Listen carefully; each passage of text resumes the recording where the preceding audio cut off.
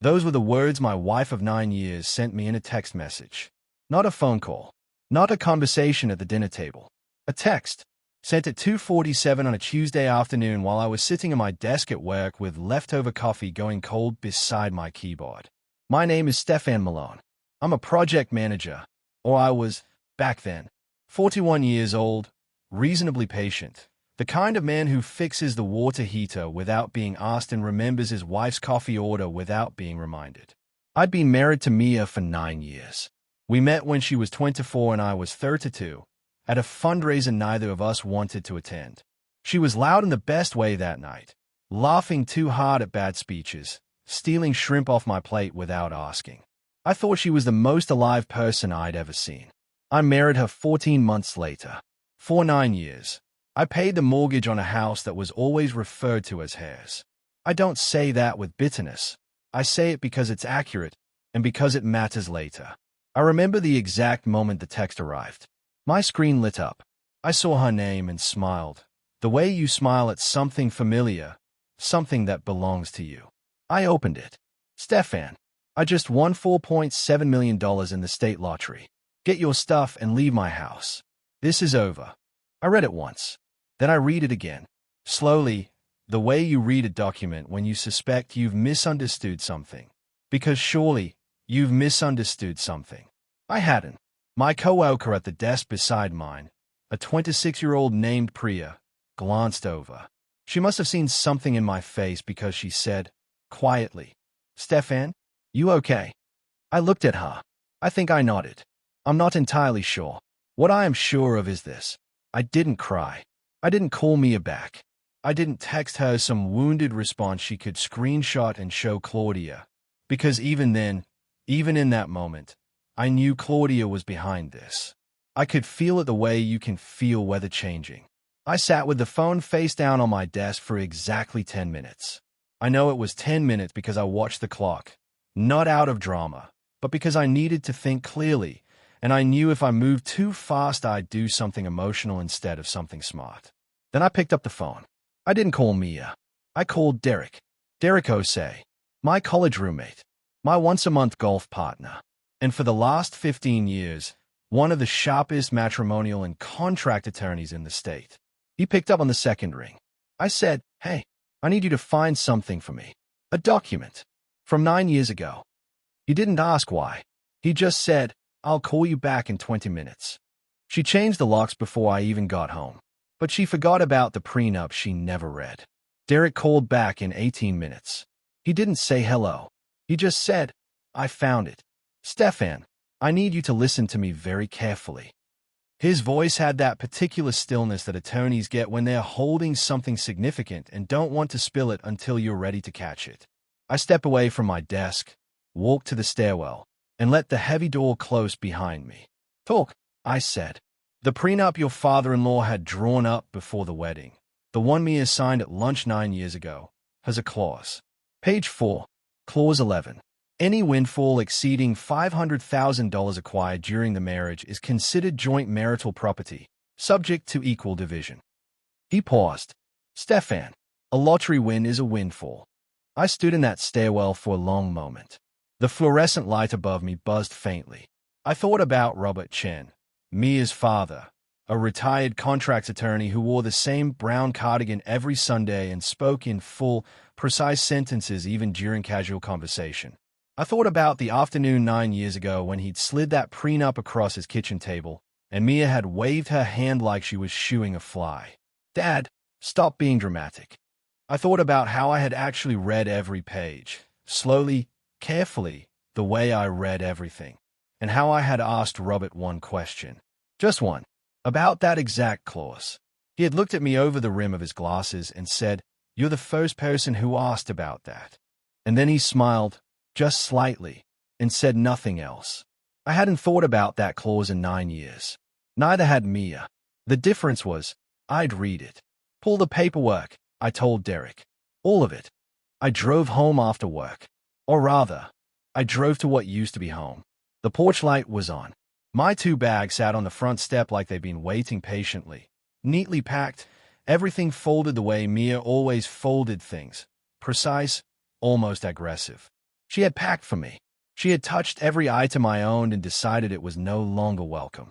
I stood on the front path and looked at those bags for a long moment, and I won't pretend that didn't land somewhere painful. 9 years of a life, reduced to 2 duffel bags on a porch in the early evening dark. Through the front window I could see movement. Light, laughter. Claudia was already there. Of course she was. There was champagne.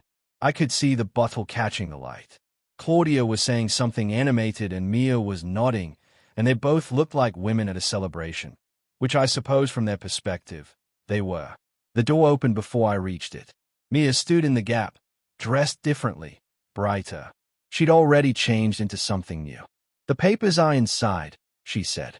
Her voice wasn't cruel, exactly. It was something almost worse. It was casual. "You just need to sign the last 2 pages. I looked at her.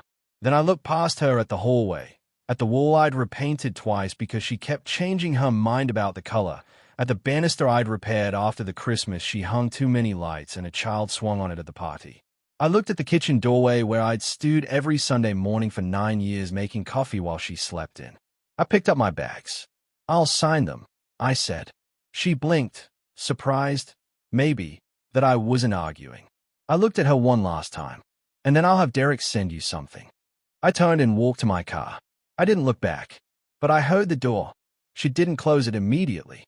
She stood there watching me go, and even without turning around I could feel the confusion radiating from the porch. She didn't know who Derek was in this context yet. She thought he was my friend. She didn't know he was already holding a highlighted document that was about to change everything she thought she'd won. I put the bags in the trunk.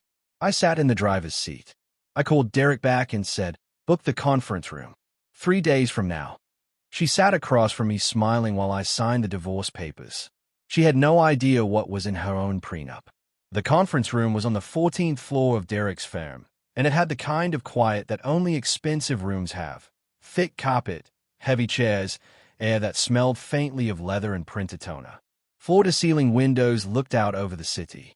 I arrived 15 minutes early and sat with my hands flat on the table, not on my phone, not reviewing anything. Just sitting.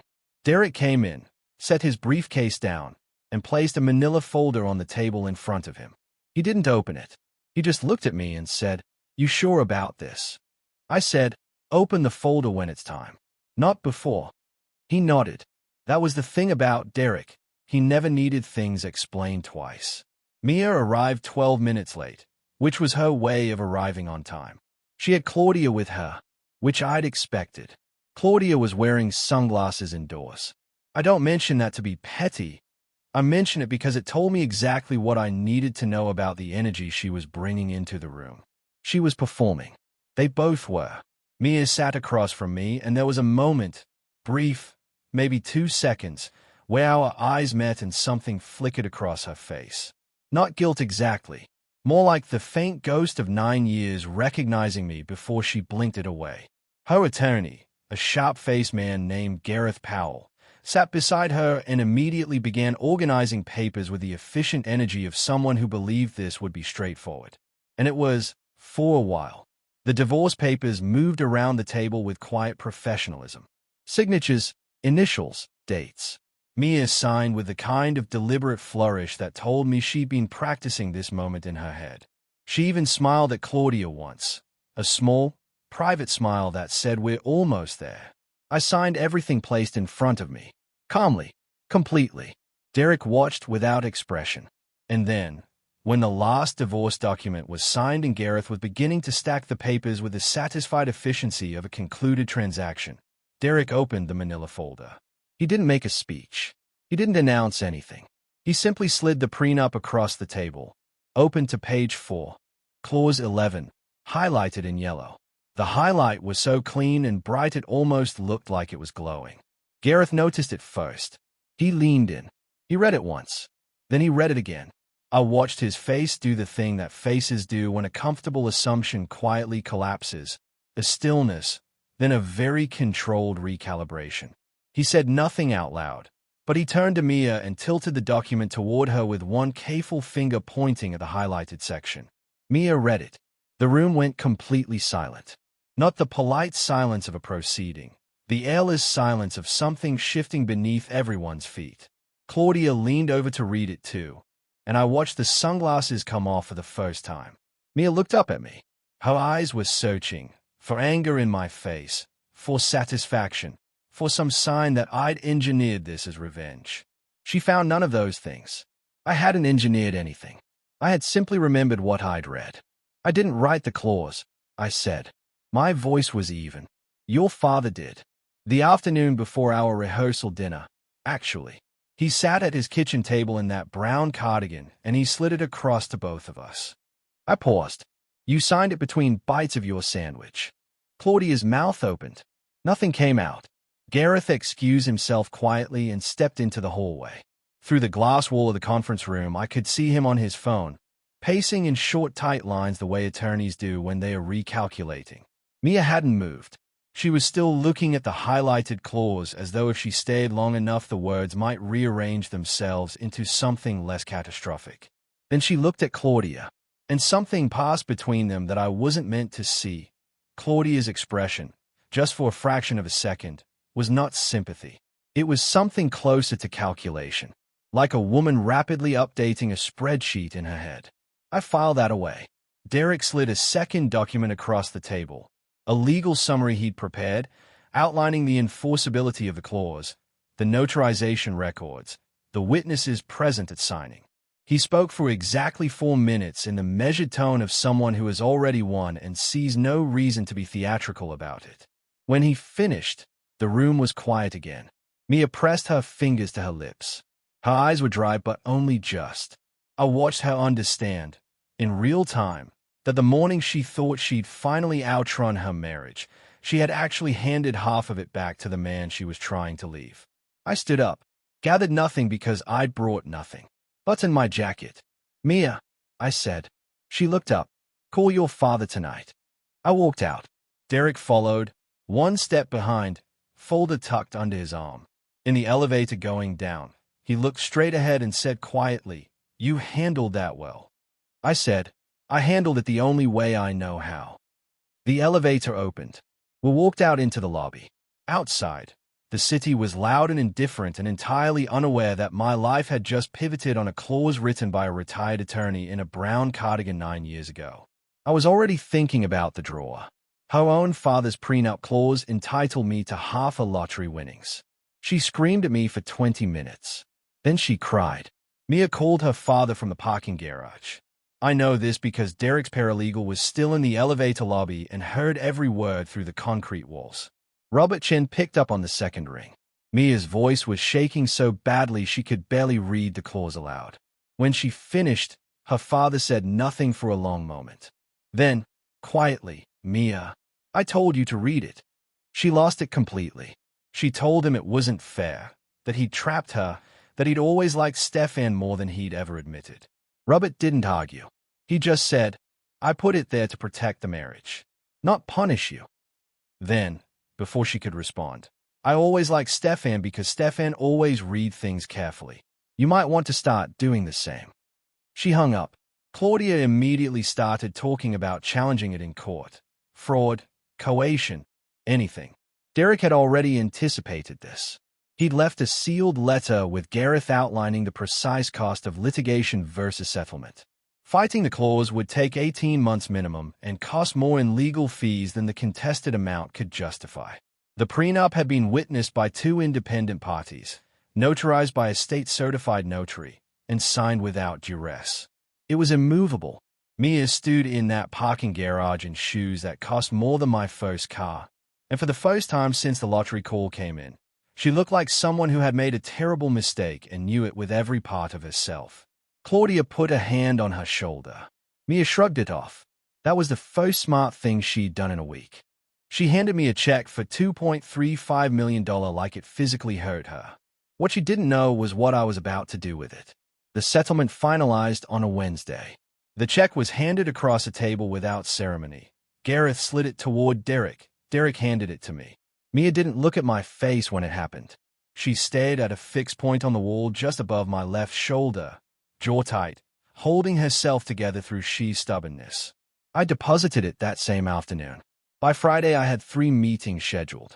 a commercial real estate agent, a supply chain consultant, a software developer named Kwame who'd been building fulfillment tracking systems for 2 years and needed a partner with capital. I didn't buy anything that weekend.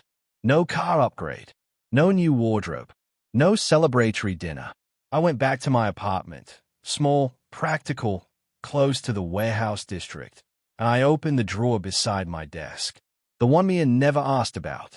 Inside was a folder, worn soft at the edges from years of handling. My business plan. 4 years of Sunday mornings while she slept in. Market research, competitor analysis, margin projections, a logistics model I'd refined so many times I could recite it from memory. I'd shown it to her once. Just once. She'd looked up from her phone, glanced at the first page, and said, "Stefan, baby, you're a project manager, not an entrepreneur." Then she went back to scrolling. I'd put the folder back in the drawer, but I never stopped refining it.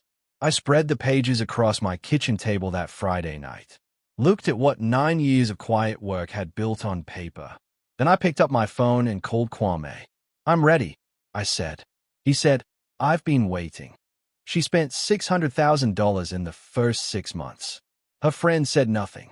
Her bank account said everything. Mia's life after the settlement looked extraordinary from the outside, which was exactly the point. A new house, not a better house, a louder one, all glass and open plan, and a kitchen island nobody cooked on. A car she'd seen on a celebrity's Instagram. A trip to Tuscany in May, Dubai in August. She documented everything with the precision of someone whose self-worth had become directly tied to the number of people watching. Her following grew. Brands reached out.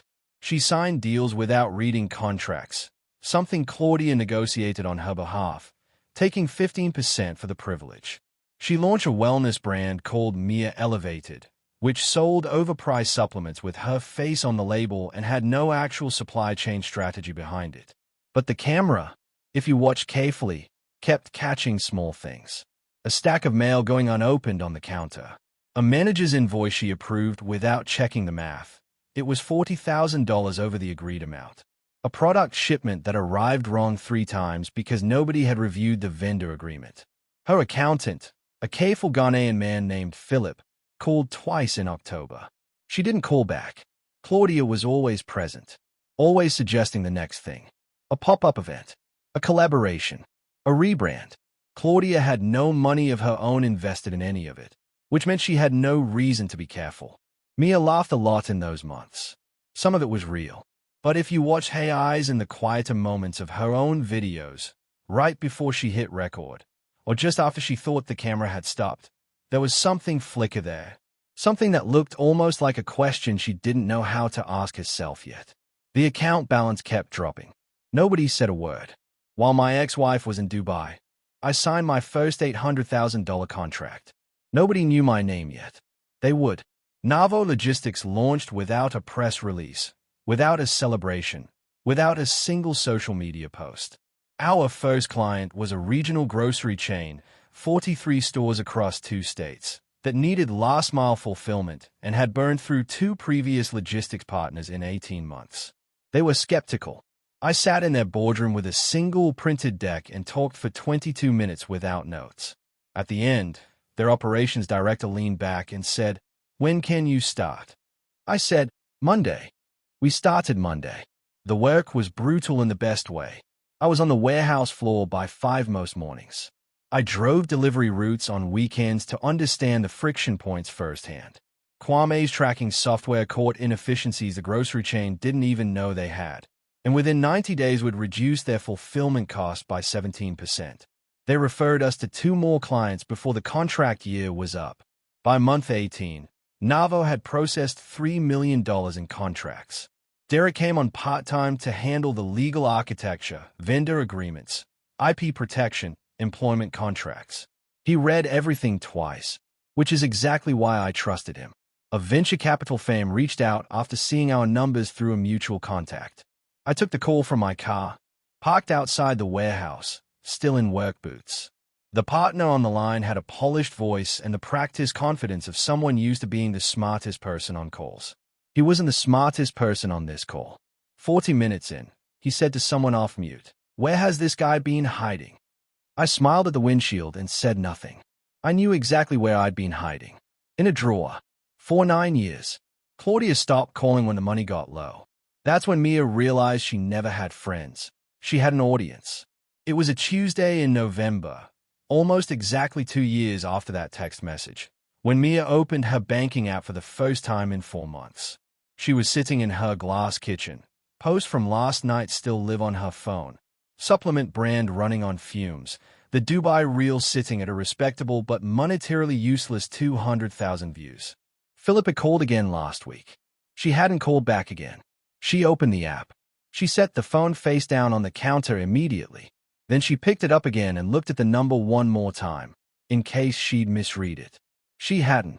She sat down on her kitchen floor, expensive tile, perfectly cold, with her back against the island and her knees pulled up, and she stayed there for a long time.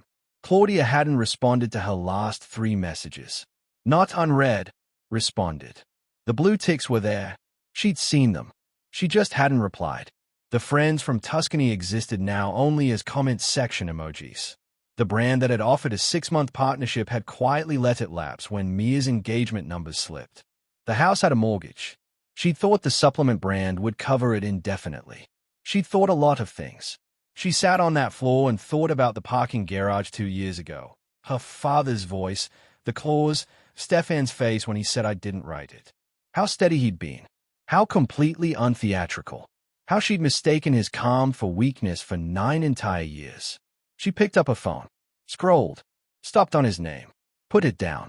Not yet, she told herself. But the way she looked at that name, she knew. It would be soon. I saw my ex-husband's face on a Forbes feature. I read every word 3 times. Then I threw up. It was 2:14 in the morning when Mia's algorithm, with the particular cruelty of algorithms, served her the article. She'd been doom-scrolling in bed, the kind of hollow late-night scrolling that happens when you're too anxious to sleep and too exhausted to do anything productive. The headline stopped her mid-scroll. The Quiet Founder, How Stefan Malone Built a $400 million Logistics Empire Nobody Saw Coming. She sat up. There was a photograph. Stefan in a crisp white shirt, no tie, standing in front of a warehouse that stretched behind him like a statement. He looked different. Not physically, not dramatically, but in the way a person looks when they've stopped accommodating everyone else's idea of who they should be.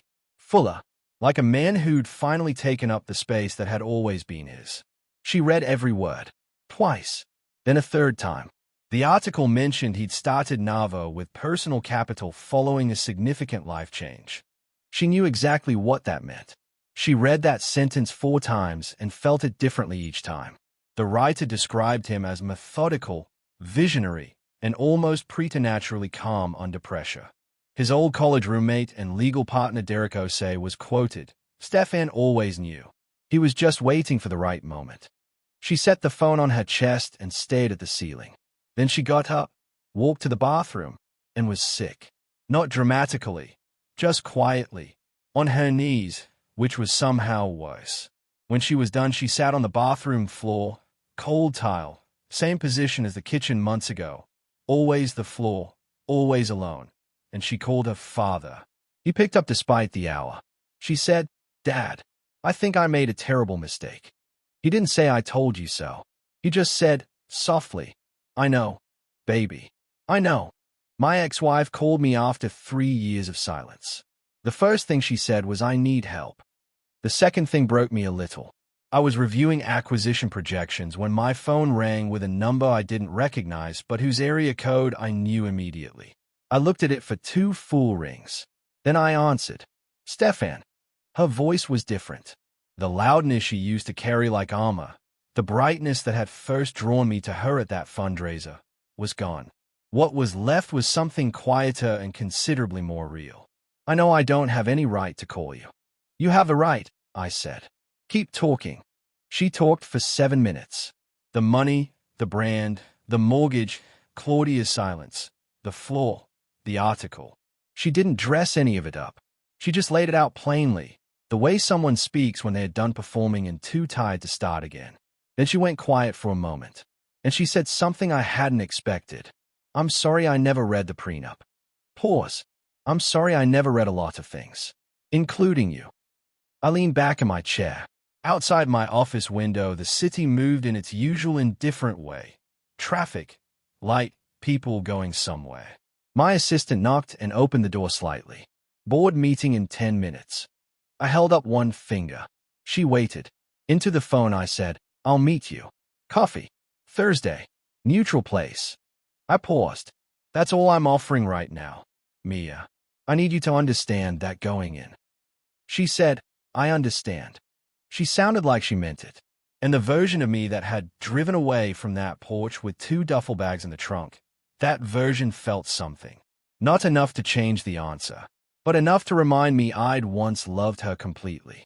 Thursday, I said, and hung up. She slid a piece of paper across the table asking me to take her back. I slid it back. What I said next, she'll never forget. She arrived first. I noticed that. She, who was always 12 minutes late, had arrived first and was already seated when I walked in, hands wrapped around a coffee she hadn't touched. She looked like herself. That was the most striking thing. No performance, no armor. Just Mia. Smaller somehow, but more solid. Like something had been stripped away and what remained was structural. I sat down. Ordered nothing. She laid out her situation without embellishment. The debt figure, the mortgage default, the brand dissolution. She'd already spoken to her father, already made some decisions. She wasn't asking me to rescue her from consequences. She was asking for a handhold. Then she reached into her jacket and placed a folded piece of paper on the table. Slid it across. I opened it. Handwritten. Just one line. Give us another chance. I read it. Folded it carefully. Slid it back. She watched my hands the whole time. I said, Mia, for 9 years I was the man you needed. I fixed things. I paid things.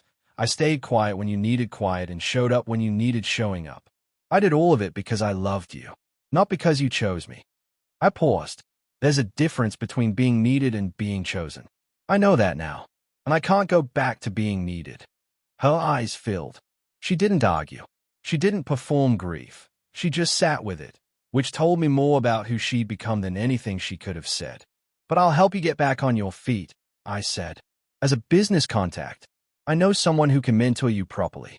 You're not unintelligent, Mia. You just never had anyone who told you the truth. She nodded. One single nod. It was the most dignified thing I'd ever seen her do. She asked me if I ever regretted the divorce. My answer surprised both of us. 6 months later, Mia was renting a clean, modest apartment on the east side of the city. She'd sold the glass house at a loss, settled the debt, and started a small catering business. Mia's Table, rooted in something she'd always actually known how to do. Her mother's recipes. Real food for real events. Small margins, genuine product. Philip, her old accountant, came back. She read every contract before signing. She wasn't rich, but she was okay in the way that matters. The sustainable kind of okay, built on something real. Stefan's company closed a $200 million acquisition on a Thursday afternoon. There was a small celebration in the NAVO boardroom. Nothing excessive, just the core team, good whiskey, the city glittering 40 floors below. Derek found Stefan at the window during a quiet moment, looking out with a particular stillness of a man taking stock. Derek raised his glass. Any regrets? Stefan thought about it genuinely, the way he did everything. About the divorce? No, he said. About the marriage. I'll always wish it ended differently. 9 years is real. I don't pretend it wasn't. He turned the glass in his hand slowly. But here's the thing, Derek. If she doesn't send that text, I never call you. I never open the drawer. I stay a project manager for the rest of my life, building someone else's vision instead of my own. Derek was quiet for a moment. Then, so she accidentally made you a billionaire. Stefan almost smiled. We made each other, just not the way either of us planned. Final image. Mia in her smaller kitchen, apron on, flour on her hands, laughing at something her sous chef said. Genuinely laughing. The loud, unself-conscious laugh from that fundraiser all those years ago. The one that had made a 32-year-old project manager think she was the most alive person he'd ever seen. She was, finally, building something that was actually hers.